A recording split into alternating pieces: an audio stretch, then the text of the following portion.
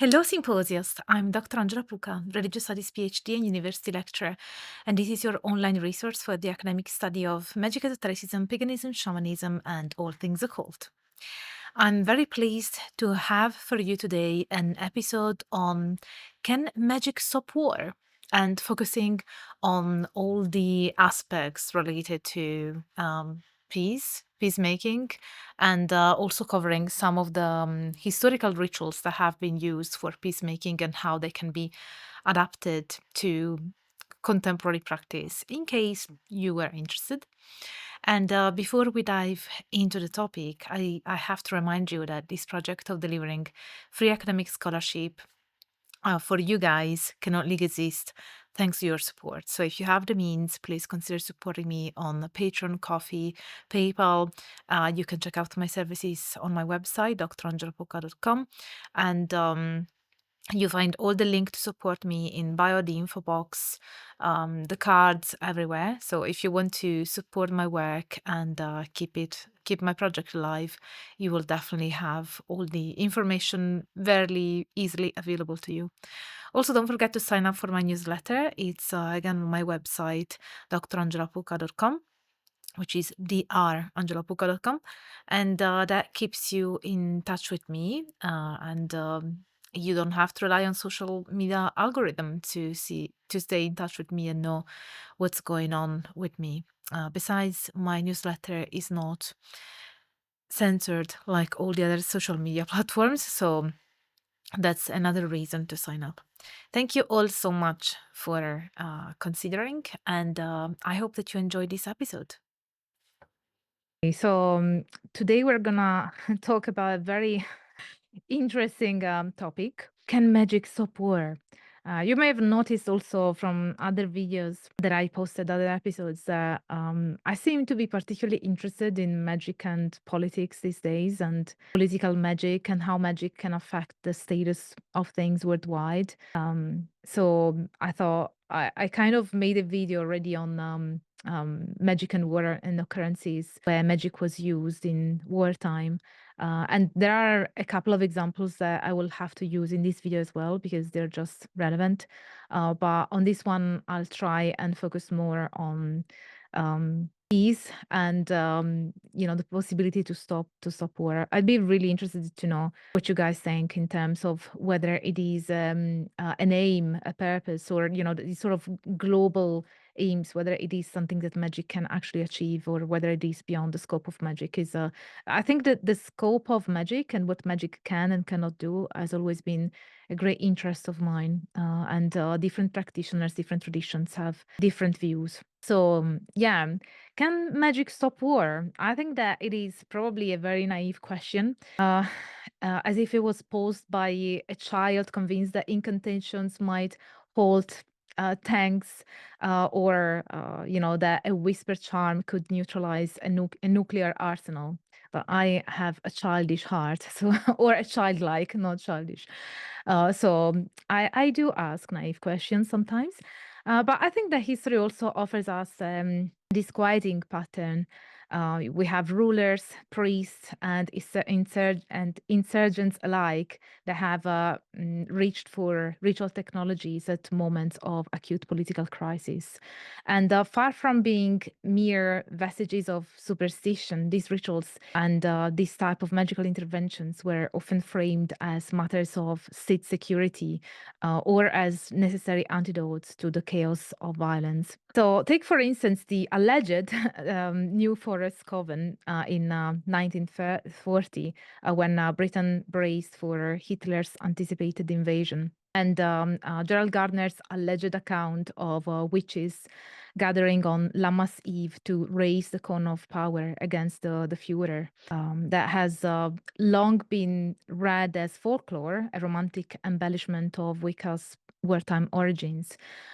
Yet, whether or not the ritual worked in any empirical sense, provided it actually happened, is less the point than what it reveals about the persistence of ritual as a mode of political engagement. At a time when bombs threatened London, a small group believed that psychic energy channeled through the body could redirect the machinery of war. And in this sense, the event discloses not gullibility, but a refusal to cede the sphere of politics entirely to guns and treaties. Nor is the example uniquely modern. We have the Mesopotamian Maqlû rituals performed by the Ashipu to safeguard Assyrian kings against sorcery and slander. Um, it kind of belongs to the same long genealogy. They combined the burning of clay effigies with elaborate nocturnal liturgies that culminated in a dawn purification that reinstated divine favor. These weren't private charms; they were official rites of governance enacted at the very heart of imperial power. One might say that they were technologies of sovereignty, mechanisms by which rulers sought to hold the precarious balance between legitimacy and threat. So, to pose the question, can magic stop wars, is therefore not to ask whether spells can replace diplomacy or armies, but rather to recognize that ritual has historically functioned as an alternative and something complementary, really, a form of political action. If Weber saw the state as a monopoly on legitimate violence, one might see these ritual technologies as a parallel claim, a monopoly on legitimate enchantment. Both violence and enchantment seek to bind bodies, control outcomes, and secure obedience, though through different registers of power. And yet, the problem is more nuanced. Rituals of political magic have not only been instruments of rulers and empires, they have also served as strategies of refusal and reconciliation among communities from whom formal politics was inaccessible or insufficient. The Acholi practice of Mato Oput, drinking the bitter root in post colonial Uganda, offers one such counterpoint. Here, ritual is not in service of state sovereignty, but of restoring fractured kinship bonds, re establishing the possibility of communal life after atrocity. In juxtaposition, Gardner's witches with Assyrian priests and Acholi elders, the question ceases to be whether magic can stop wars in any absolute sense and becomes instead an inquiry into how human beings across times and geographies have turned to ritual as a last and perhaps most intimate technology of peace. So, yeah, I suppose that it is what we're talking about is less an exercise in myth busting or romantic celebration than an attempt to read these ritual acts as a political text in their own right. And if one listens carefully, the chants in a Hampshire forest, the cultural invocations of an Assyrian exorcist, and the bitter taste of the Oput root all articulate the same human wager. That conflict, however overwhelming, might yet be reascribed by ritual means. So, let's begin with Mesopotamia. So, if we begin with Mesopotamia, it becomes difficult to sustain the modern assumption that magic is a marginal or eccentric pursuit. The Maqlû series, a vast cycle of incantations against witchcraft, was not the province of fringe sorcerers, but of the Ashipu. Court-employed ritual specialists whose task was nothing less than the safeguarding of the king and, by extension, the empire. The performance itself unfolded overnight. Effigies of enemies were fashioned from clay, smeared with symbolic substances, and consigned to fire while invocations compelled the gods to incinerate the malevolent force. At dawn, the king was purified in reflected sunlight, as though cosmic order itself had been recalibrated. And dismissing such rites as superstition is kind of missing their constitutional character. They stabilized royal legitimacy in a context where political and supernatural threat were indistinguishable. So, Egyptian execration rituals occupy a parallel register. Clay figures inscribed with the names of hostile rulers or rebellious cities were smashed and buried beneath fortresses. Archaeologists at Mirgisa uncovered more than 175 broken vessels inscribed with the names of enemies. The ruins of what amounts to magical counterinsurgency on an industrial scale. Here, too, the boundary between religion, magic, and politics collapses. Inscribing a foreign king's name on a figurine and pulverize it beneath the Nile was not a symbolic theater alone. It was a performance of domination, a statement that the pharaoh's enemies could be dismantled ritually before they were defeated militarily. In Greece and Rome, the integration of ritual into political competition takes on an almost juridical form. Led de fictiones, the cursed tablets, buried beneath Athenian courtrooms, were designed to bind the tongues of rivals, paralyzing their capacity to argue persuasively before juries. One tablet excavated near the Phoenix demanded that an opponent's words be lost, stripped away, and destroyed. Such practices reveal a fascinating symmetry. While speech writers like Lysias crafted rhetoric to sway civil assemblies, hired magicians crafted incantations to silence the same adversaries. The polis thus became a contested field where logos and magia, or magia in Latin, intertwined. I say magia would be the Greek and magia the Latin, each claiming to determine political destiny. Roman lustration rituals, by contrast, highlighted purification of the collective body. Every 5 years, censors presided over the lustrum, a sacrifice of pig, sheep, and bull, whose smoke enveloped assembled citizens. The rite was not only expiatory, but constitutive. It declared the community cleansed, marked by divine favor, and therefore politically legitimate. The Roman state could not simply govern by law, it required ritual recalibration to assert its own coherence. These cases suggest that what we too casually designate as political ritual or political magic might be better understood as technologies of statecraft. They rendered power visible, vulnerable, and yet divinely secured. They enabled rulers to frame resistance as not just treason, but sacrilege, to collapse the field of opposition into the supernatural. If political theology, in Carl Schmitt's sense, maps the transfer of theological concepts into jurisprudence, then political magic describes the transfer of ritual technologies into the fabric of governance.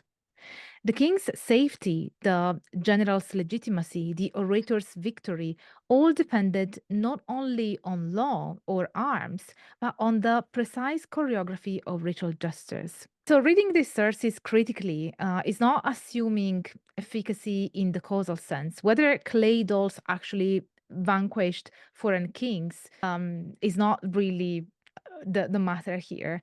But we also need to take seriously the claim that authority itself was made effective by ritual performance. One might even argue that in this context, the state was not fully constituted until the ritual had been enacted. Without execration, without illustration, without the burning of the enemy effigy, sovereignty remained precarious, unanchored in the cosmos. The association of magic with statecraft in antiquity renders all the more striking its later redeployment by those who stood outside or even against official structures of power. Where the Assyrian Ashipu fortified imperial sovereignty, 20th and 21st century witches fashioned rites of protection and resistance against tyrants. The difference is not trivial. Rituals, once monopolized by kings and priests, reappear in the hands of marginalized groups who claim for themselves the capacity to intervene in political fate. The case most frequently invoked is the so called Operation Cone of Power of 1940, when a coven of occultists allegedly gathered in the New Forest to prevent Hitler's invasion of Britain.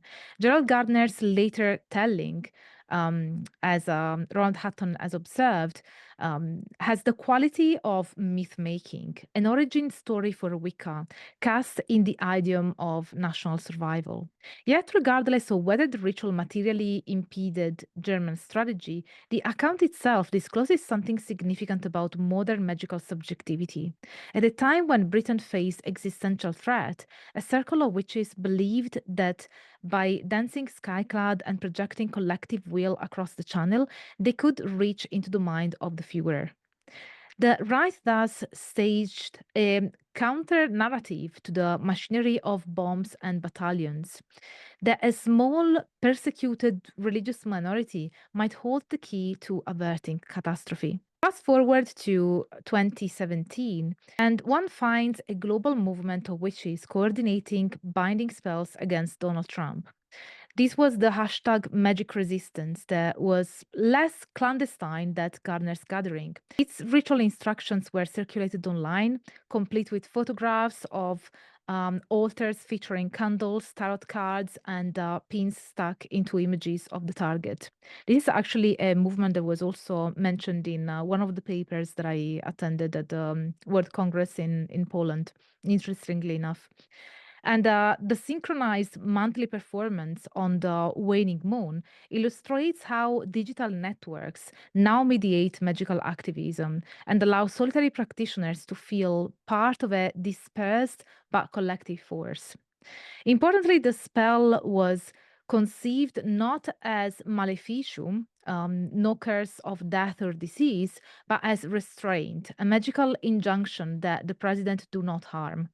So the intent was prophylactic rather than punitive. The skeptic may dismiss both Operation Cone of Power and hashtag magic resistance as a fantasy, yet this dismissal obscures their political significance. In both cases, rituals supplied participants with what conventional politics denied, a sense of agency in the face of overwhelming structures. It is tempting to read such practices as symbolic protests, but they operate at a deeper register.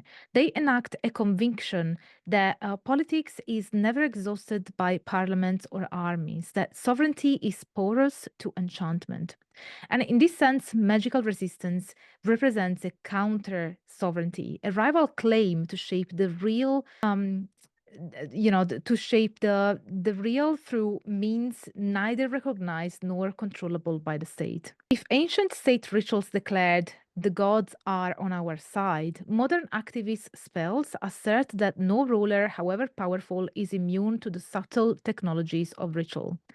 Whether by directing psychic force against Hitler or binding Trump's capacity for harm, practitioners inverted the logic of political magic. Rather than stabilizing sovereignty, like it happened more frequently historically, they sought to destabilize it. What remains constant across centuries is the wager that ritual action, collective and embodied, can reroute the trajectories of violence and power. If political magic in its state and activist forms grapples with the problem of power, how to secure it, how to resist it, then reconciliation rituals confront a different dilemma: how to re establish life together after violence has already torn it apart. So here, ritual functions less as a weapon or shield and more as a medium through which bitterness can be metabolized, transfigured into the possibility of coexistence. Among the Acholi of northern Uganda, the Mato Oput ritual really shows this kind of logic with unflinching clarity. Representatives of the perpetrators and the victims' clans kneel to drink a bitter brew made from the oput root. The acrid taste symbolizing the pain that must be swallowed if cycles of revenge are to end. The act is not metaphorical in the weak sense, but sacramental. Bitterness is literally ingested, endured, and thus ritually laid to rest. The offender's acknowledgement of guilt, the material compensation offered, and the communal witnessing all bind the event into a collective memory of reconciliation. If in Assyria effigies were burned to dissolve threats, here roots are crushed to dissolve hatred. In Hawaii, the practice of oponopono works at a more intimate scale, yet the stakes are no less political. Families guided by a mediator unravel entanglements of resentment through confession, repentance, and forgiveness. What distinguishes Ho'oponopono from Western therapeutic models is the conviction that unresolved conflict produces not only psychological distress, but spiritual imbalance, even illness. The ritual therefore addresses kinship ruptures as matters of cosmological disorder. Truth telling is not optional catharsis, but obligatory exorcism, a clearing away of hiya, the knots of enmity that bind the family in affliction. In the Middle East, the Arab-Islamic tradition of sulha extends reconciliation to the level of tribes and extended families. Mediators, the Yaha, negotiate truce and compensation, but the heart of the rite lies in its symbolic acts. The drinking of bitter coffee, the handshake between former enemies, and the shared feast in which bread and salt are consumed together.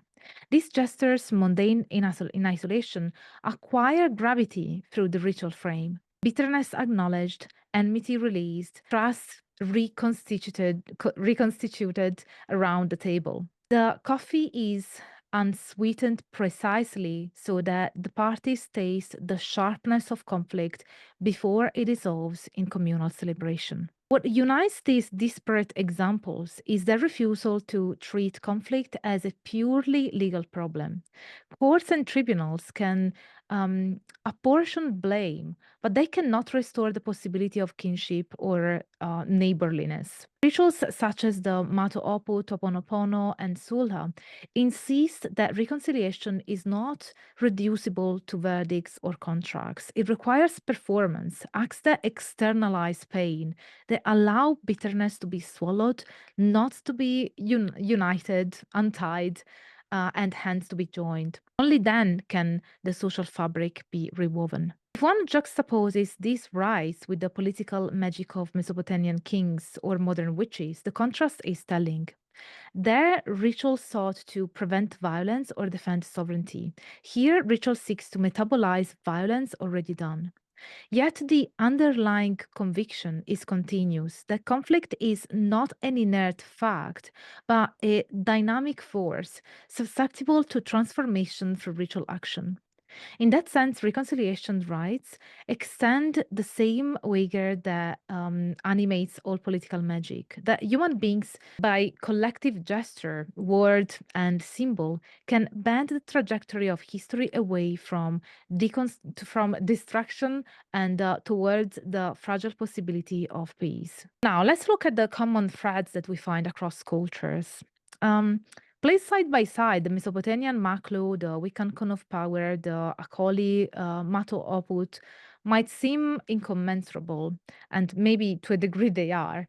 One imperial liturgy, one esoteric counter magic, one indigenous reconciliation rite.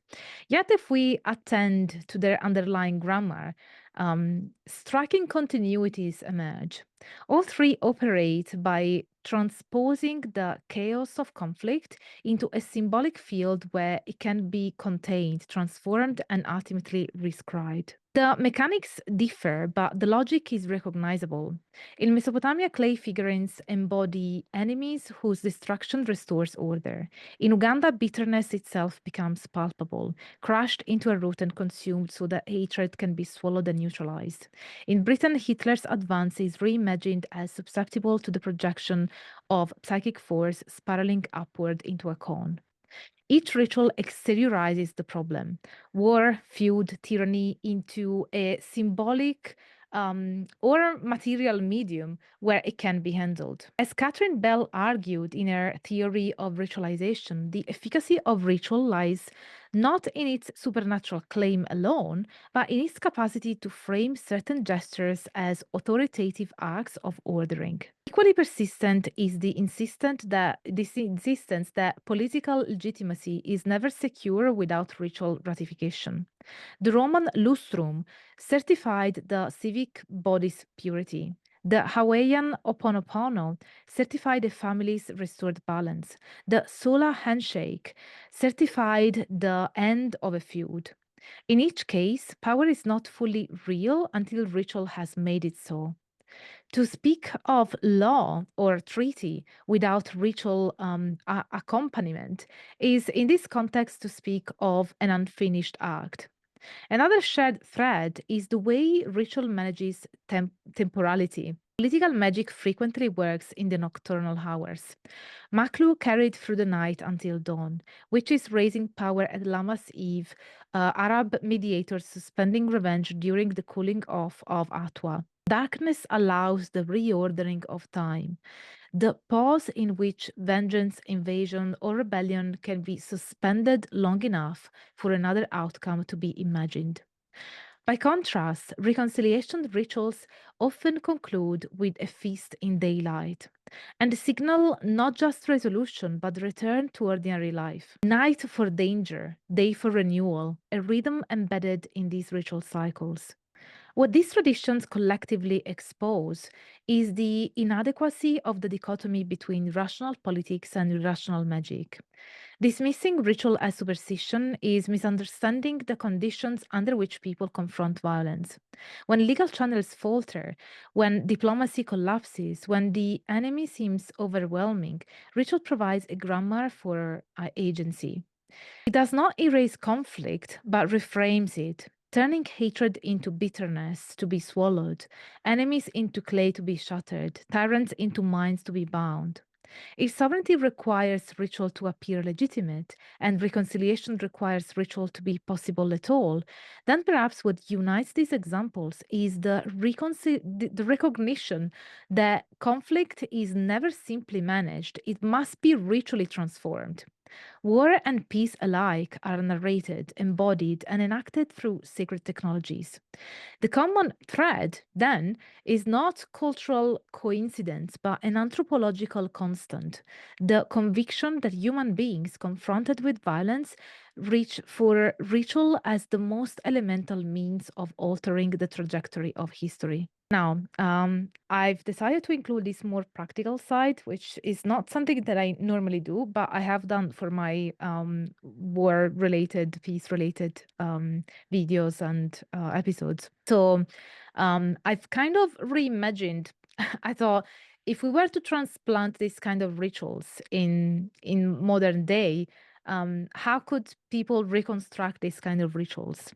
So, yeah, these are not transplants of ancient customs into modern settings, but hopefully respectful adaptations of their ritual logic. So, in my view, the value of them lies not in the historical reenactment, but in showing how communities across time can externalize conflict, endure bitterness, and project intention, confess even wrongdoing, and share meals as ways of disarming hostility. So, yeah, I'm gonna show you a possible reframing of or enactment or a ritual toolkit where we can reimagine these rituals in the contemporary world in case a practitioner would want to take inspiration from them. So we can start with the Mesopotamian Maqlû inspired ritual.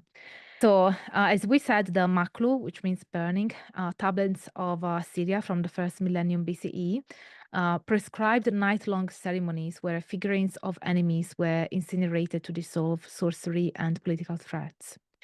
So, how could be done in a modern day? So, I suppose that possible adaptations are biodegradable clay or dough, stylus or toothpick, fire-safe vessel, and a candle or small fire, and a bowl of clean water. And to adapt the procedure, it would be, for instance, that at dusk, the practitioner shapes a small figurine or tablet from clay dough and inscribe upon it words or symbols representing the conflict, violence, or political harm that they wish to neutralize. Then place the figurine near a flame, recite words of dismissal, invoking the element of fire as purifier, burn the figurine until it is blackened or crumbled, and at dawn extinguish the ashes with clean water, saying something like, "As the sun rises, may bitterness be dissolved, may peace return with the day." So the logic here of the ritual, trying to mimic the one of the Maqlû, is that the figurine exteriorizes conflict, and its destruction marks the unbinding of its force. So it uses a lot of sympathetic magic. Then we have the Acholi Mato Oput, inspired drinking of bitterness. So the historical basis here is that, as we said earlier, in Uganda, reconciliation between clans occurs through the ritual of drinking of oput root, which and its bitterness symbolizes the enmity that must be swallowed and put to rest. So the adapted version might use materials like bitter herbal infusion, for instance, wormwood, gentian, unsweetened cocoa, or and also a shared vessel like a chalice, calabash, a bowl. And the procedure might be to gather those willing to reconcile, acknowledge the conflict verbally, each party naming what has caused harm, prepare the bitter drink, and before drinking, affirming something like, "We take into ourselves the bitterness of the past," and then pass the vessel around, each person sipping in turn. And after the final sip, to pour the remaining liquid into the ground, symbolically returning bitterness to the earth. So here the logic is that by tasting bitterness together, the group ritually acknowledges shared pain and commits to bearing it. Then the adaptation of the cone of power. The historical basis, of course, Gardner's alleged account of 1940 Lammas Eve ritual, which is where dancing in spiral and raising energy to prevent Hitler's invasion. So the adapted one would use materials like an outdoor space, if possible, candle or lantern at the center, and a chant or simple phrase of intention. And the procedure might be to form a circle and spiral inwards, chanting a collective intention, like no more harm, no more hate, peace shall rise, war abate, whatever it is. Then spiral outwards, raising energy through movement and sound, visualizing the cone of light ascending. And at the peak, to project the energy outward towards the source of conflict or harm. And then ground by placing hands to the earth, thanking it for receiving the energy. And here the logic is that the spiral concentrates communal energy and then projects it as a protective force and also as an enacting force, materializing the ritual. Then we have the Hawaiian oponopono inspired circle of confession. The historical basis is the traditional ho'oponopono that reconciled families through structured confession, repentance, and forgiveness under a mediator. And the adapted version would be the materials used could be a quiet space, candle or sacred object at the center, optional water bowl for purification. And the procedure could be to appoint a facilitator to open the ritual with a prayer or invocation for guidance. Each participant speaks truthfully of the grievance they carry without interruption. And after all have spoken, those who have caused harm confess and ask for forgiveness. And then the offended respond with verbal release, something like, "I forgive you, I untie the knot between us," and then end with shared silence. Then extinguish the candle or wash hands in the bowl as a sign of purification. Here the logic is that spoken confession and forgiveness ritually dissolve the knots of resentment. An adaptation of the Arab-Islamic sulha, the one that we find in Palestine and Bedouin contexts, that resolves blood feuds with mediated compensation, bitter coffee, handshakes, and shared feasts. Here, the adapted, recreated outline would use materials such as unsweetened coffee or tea, bread or simple meal, community witness, if possible. And the procedure could be to begin with a truce gesture, like participants enter unarmed, symbolically laying down pride, pour bitter coffee, share 3 cups in sequence, first for truce, second for agreement, and third for reconciliation. Conclude with a handshake or embrace witnessed by others, and share food together, affirming restored trust. So here, the logic is that the bitter drink acknowledges the pain, and the feast transforms former enemies into companions. So we return then to the question with which we began. Can magic stop war? The temptation is to answer in the negative, to consign such hopes to the realm of myth and metaphor. No cone of power halted the war march. No clay figurine shattered an empire. No bitter root dissolved the traumas of a civil war overnight. And yet, responding so quickly might be dismissing the more subtle efficacy of these rites. What the evidence discloses is not the capacity of ritual to replace armies or treaties, but its ability to render violence thinkable in alternative terms. By staging enemies as clay effigies, Assyrian priests reframed political threat as a problem susceptible to ritual mastery. By drinking bitterness, Acholi elders enabled communities to reimagine vengeance as something that could be ritually swallowed and put to rest. By gathering in forests or synchronizing spells online, modern witches insisted that even the most unassailable powers are vulnerable to the collective projection of intention. In each case, ritual transformed despair into agency, fracture into possibility, impotence into the sense that action, however improbable, remained available. So, to say that magic stops wars is perhaps the wrong formulation. Better to say that ritual has long provided human beings with a repertoire for interrupting the inevitability of conflict. It does not guarantee peace, but it opens a space in which peace can be imagined, enacted, and sometimes sustained. If Max Weber's modern state claims the monopoly on legitimate violence, these rituals claim parallel monopoly on legitimate enchantment, asserting that no politics is complete without recurse to the sacred. So, the deeper layer then is not that magic literally holds armies, but that without ritual, politics is insufficiently human. War and peace are not only matters of strategy and law, they are also matters of memory, imagination, and symbol. Engaging them without ritual is leaving untouched the very terrain on which fear and reconciliation, hatred and forgiveness are lived. So, can magic stop war? Perhaps not in the blunt sense, but history suggests that without it, we might have far fewer ways of saying no to violence and far fewer languages through which to attempt the fragile, always unfinished work of peace. Thank you very much.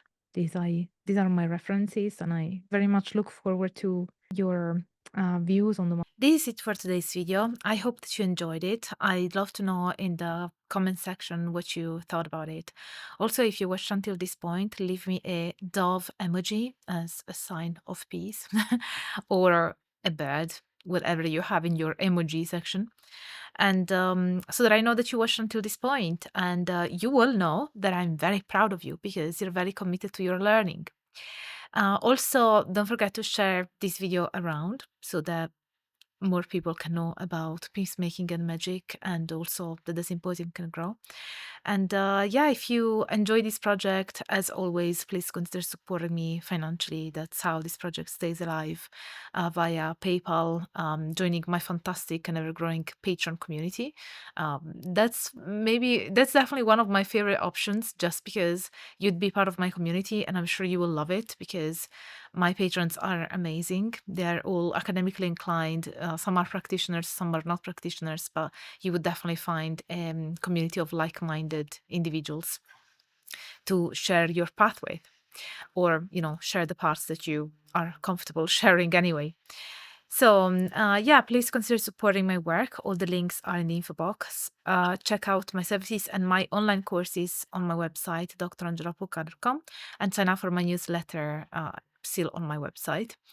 And if you enjoyed this episode, don't forget to smash the like button, subscribe to the channel if you haven't already, activate the notification bell so that you will always be notified when I upload a new video. And yeah, thank you so much for being here. I really hope that you stay tuned for all the academic fun. Bye for now. Today we hold the ground, we'll never disappear.